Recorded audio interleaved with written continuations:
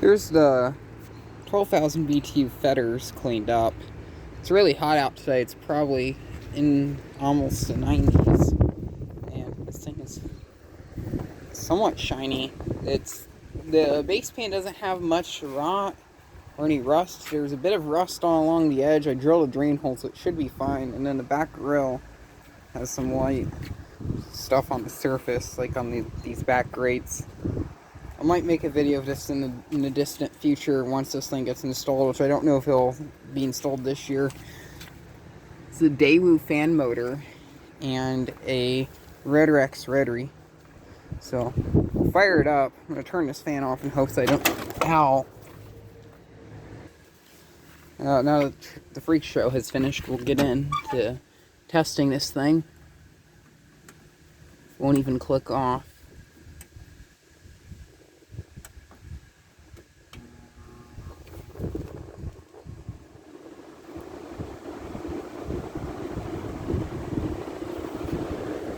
Fan on it's actually not that bad.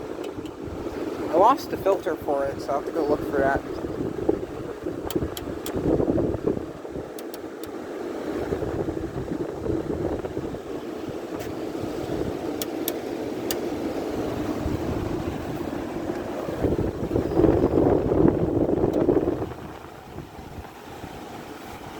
There's high cool.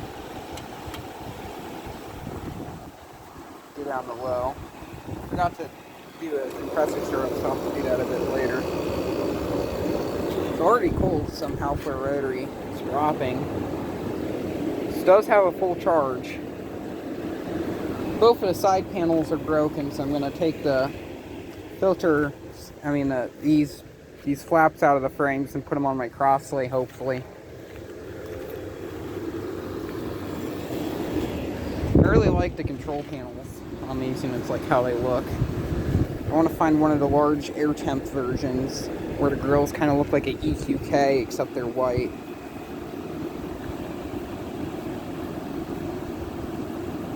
I don't know why, but I just really like those units for some reason. And then one of the large ones, like the 20Ks with Bristol reciprocating. The Rotarex actually doesn't sound that bad. I've experienced a few other units with the Rotarex. I saw an 8K version of this that was branded as Emerson, and its Rotarex didn't sound too happy. It sounded pretty rough. And then there was another fetters, a larger fetters like this that had a red label on it. Never actually got a chance to see the inside, so I don't really know what it was, but it had the same exact compressor as this. I don't know what size it was, but it didn't sound too happy. But this one seems to run pretty smooth. I did buy this unit off of the original owner. Going out 57, it's under such a heat load, so it's not going to get into the 40s or anything. It's so hot out today. I bet you this thing's already condensating.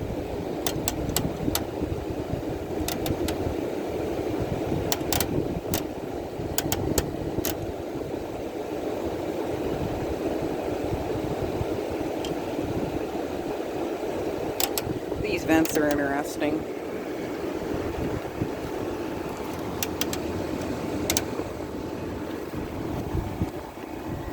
There's a bit of a breeze outside.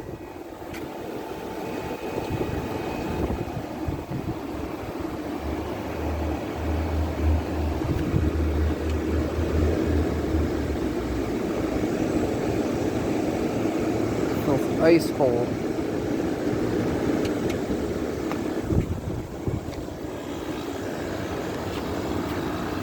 Definitely hot here in the back. It's going to be definitely in like about 110 something.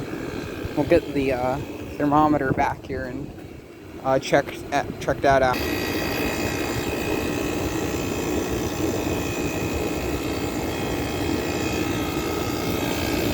That's already nice and sweaty. The label on this kind of reminds me of a Retty Precision compressor. So, but I don't believe these have anything to really do with the Retties. It's a big unit. The loops on the condenser coil are kind of small. It's like the same size as the ones on the inside. which is interesting as well. It has a loop on the outside, on the base pan for subcooling, plastic fan blade, and this roll cage blower on the inside. Doing 122. It's really hot. I might get the Crossley out next after this and film that one. And get the front grill off of here and see how it looks. I want to get this front grill cleaned up a bit better too. Here's the specs. It is in fact a 12,000. Styrofoam in this thing was caked up. It actually cleaned up really good with just water.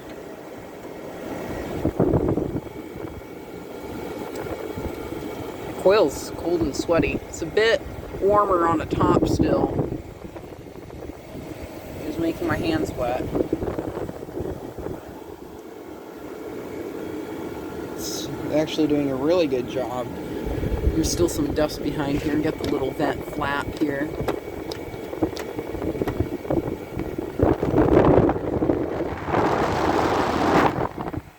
The Rotorex kind of sounds like a recip a bit from the inside, which is interesting.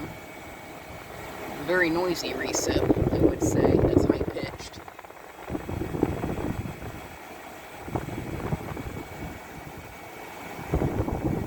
I doubt this unit's from 1988. I swear I saw something on this unit that said it was from 94. I honestly can't remember where I saw that at.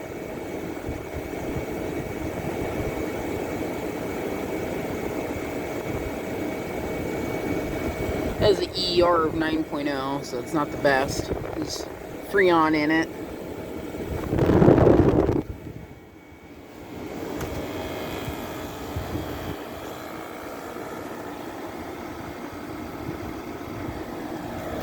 Fetter's label on the back, the sticker, which is off-centered, which bugs the heck out of me, but the back of this unit kind of overlooks into a bunch of bushes, so you won't even get to see it from the road.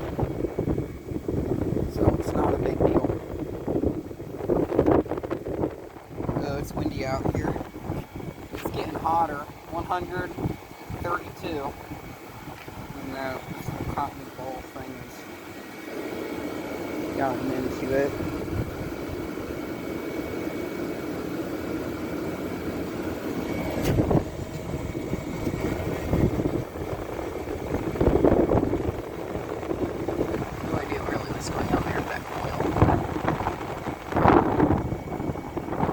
Good though.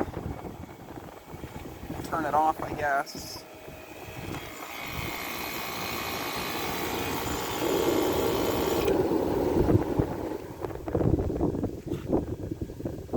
I'm gonna come back a bit later and I'll do a startup because I didn't do that or whatever.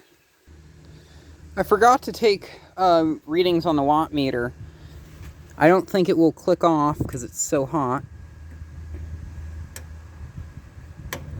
But I'm going to do low fan first on the watt meter.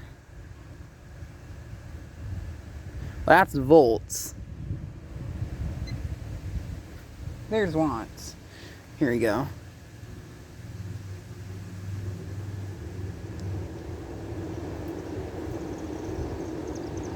An inrush of like 96 or something. Nope, I did that wrong.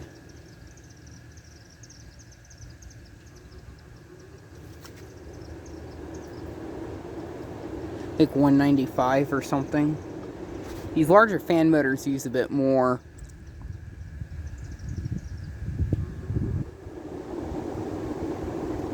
$274, I think. Anyway, I'm not going to really show the ones with the compressor, but we'll get a start up.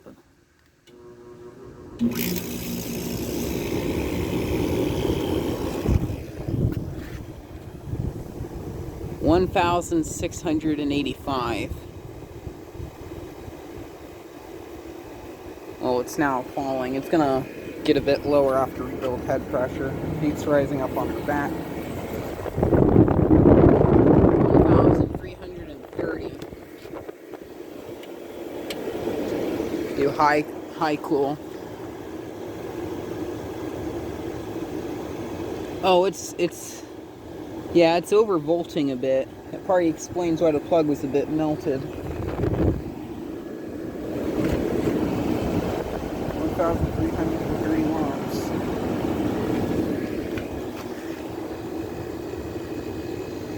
Yeah, that's an issue. Power factor of 97 and 12. Yeah, 12. No, 13 amps. Let's see what the amperage is. 12 amps. Yeah, there's a bit of an issue with this. It's kind of overcharging, but it does work, so. Cord's not warm. At least not yet, anyway. It's so hot out here, I can't tell that it's warm.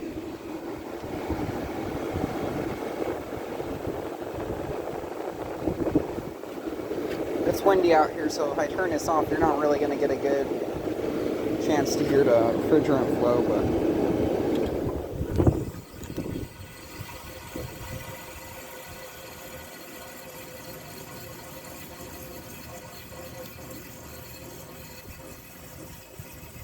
Yeah, there's the fetters.